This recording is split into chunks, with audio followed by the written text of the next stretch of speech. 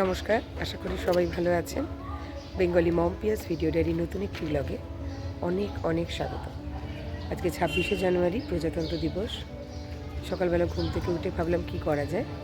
আমাদেরই একটা বন্ধু রয়েছে এখানে গৌহাটিতে, অর্ঘর অফিস কলিগ, আর ওর মেয়ে আবার আমাদের স্কুলে পড়ে।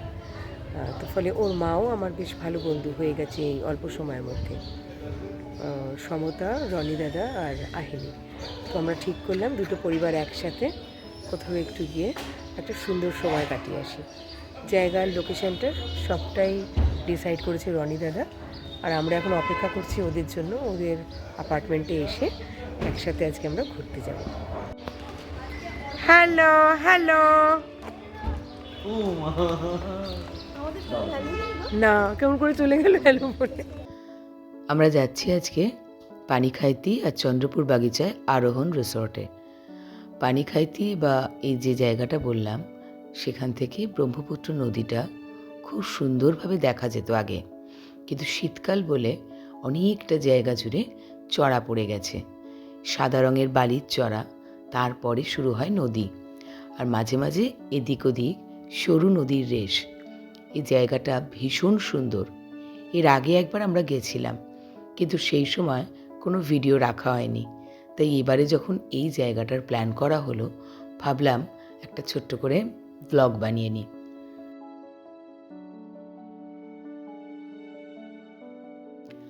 আমাদের বাড়ি মানে নালাপাড়া থেকে এই জায়গাটার ডিস্টেন্স প্রায় 33 কিলোমিটার।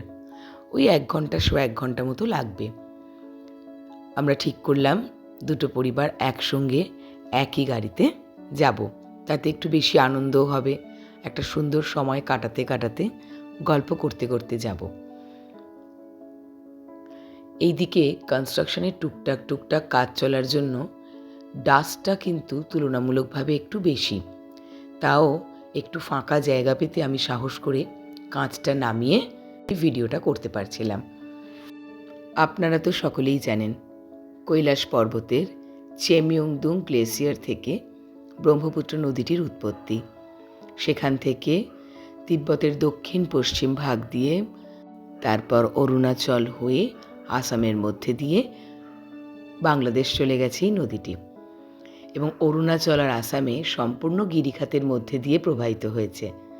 গিরিখাতের ডান দিকে বাঁ দিকে যখনই যেখানে চড়া পড়েছে, সেখানে ছোট বড় পিকনিক স্পট গড়ে উঠেছে।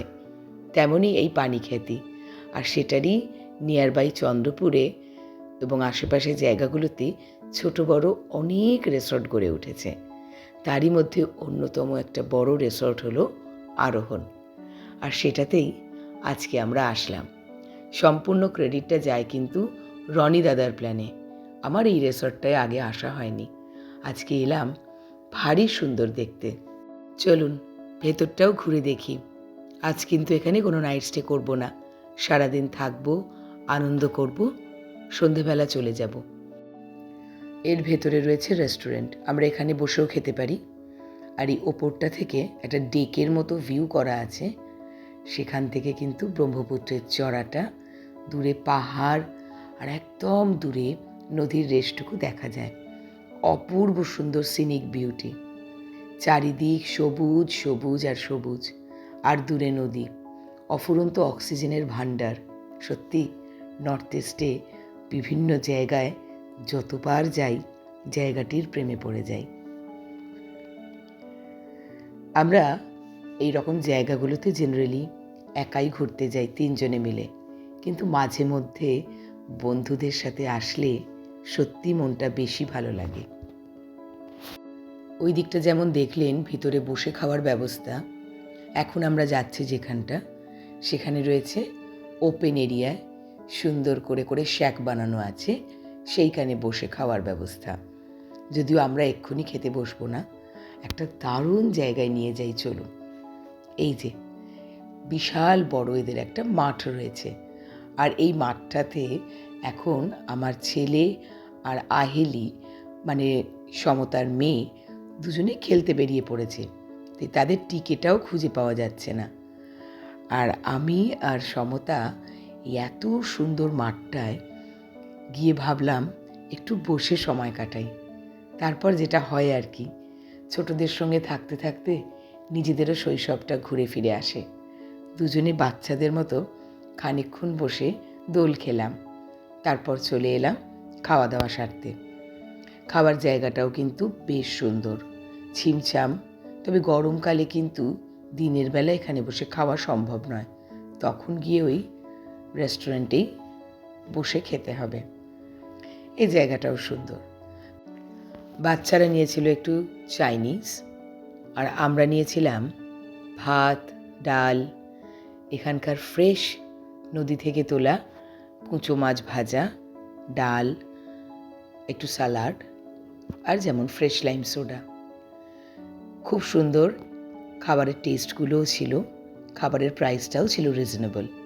খাওয়া শেষে আমরা বেরিয়ে পড়লাম রিসর্টের অপর প্রান্তটায়, যেখানে থাকার সব ব্যবস্থাগুলো করা আছে। রিসর্টটা কিন্তু বেশ কস্টলি। চলুন এবারে আস্তে আস্তে ওপরে যাওয়া যাক, যেখানে থাকার জায়গাগুলো করা আছে সেটাও দেখে আসি, তার সাথে ভিউটা কতটা সুন্দর সেটাও একবার উপভোগ করে আসি।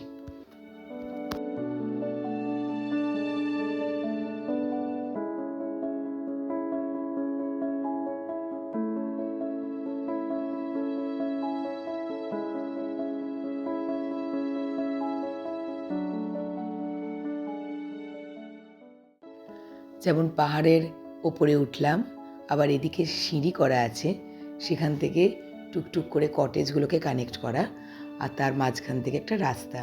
সেই রাস্তাটা দিয়ে সোজা গেলে ব্রহ্মপুত্র নদীর চরটা দেখতে পাওয়া যাবে। অর্ঘ্য অলরেডি ওখানে দাঁড়িয়ে আছে। অপূর্ব সুন্দর জায়গা। সমতা বলছিল বেশ কয়েক বছর আগে এরকমই একটা কটেজে ওরা নাকি থেকেছিল, আর কটেজের ভেতরগুলো অসাধারণ সুন্দর। আহ, কি অসাধারণ ভিউ!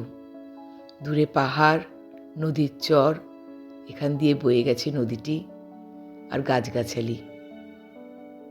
সানসেটের সময়ও হচ্ছে।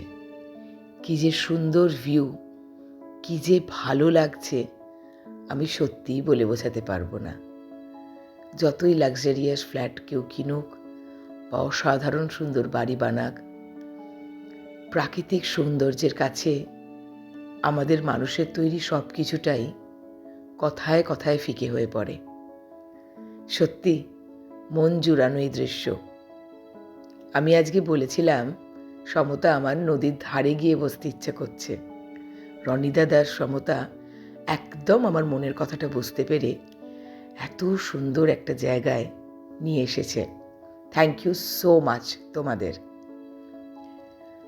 আর এই যে এক একটা কটেজ এক এক রকম সুন্দর, সত্যি চোখ জুড়ানো। একটা পাও নড়তে ইচ্ছে করছিল না, মনে হচ্ছিল যদি সুযোগ হতো সত্যিই আজকের দিনটা নাইট স্টে করে যেতাম।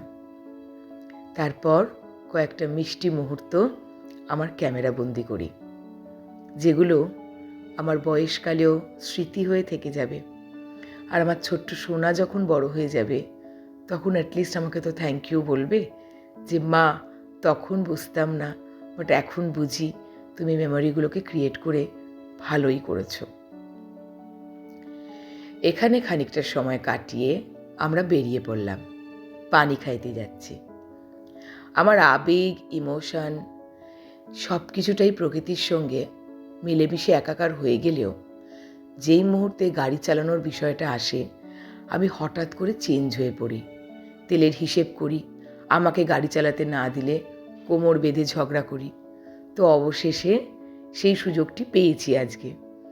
তারপর ছোট্ট একটা ডেস্টিনেশন চন্দ্রপুর থেকে পানিখাইতি গিয়ে পৌঁছলাম সেই নদীর চরটি, যেটা বারবার করে আমি ইউটিউবে দেখেছি শীতকালের একটা দুর্দান্ত পিকনিক স্পট। কিন্তু দেখতে যতটাই সুন্দর লাগে, পিকনিক স্পটে পৌঁছনো মানেই আমরা বুঝতে পারি পিকনিক করার পর বিকালের দিকে জায়গাটা একটু অপরিষ্কার তো হবেই।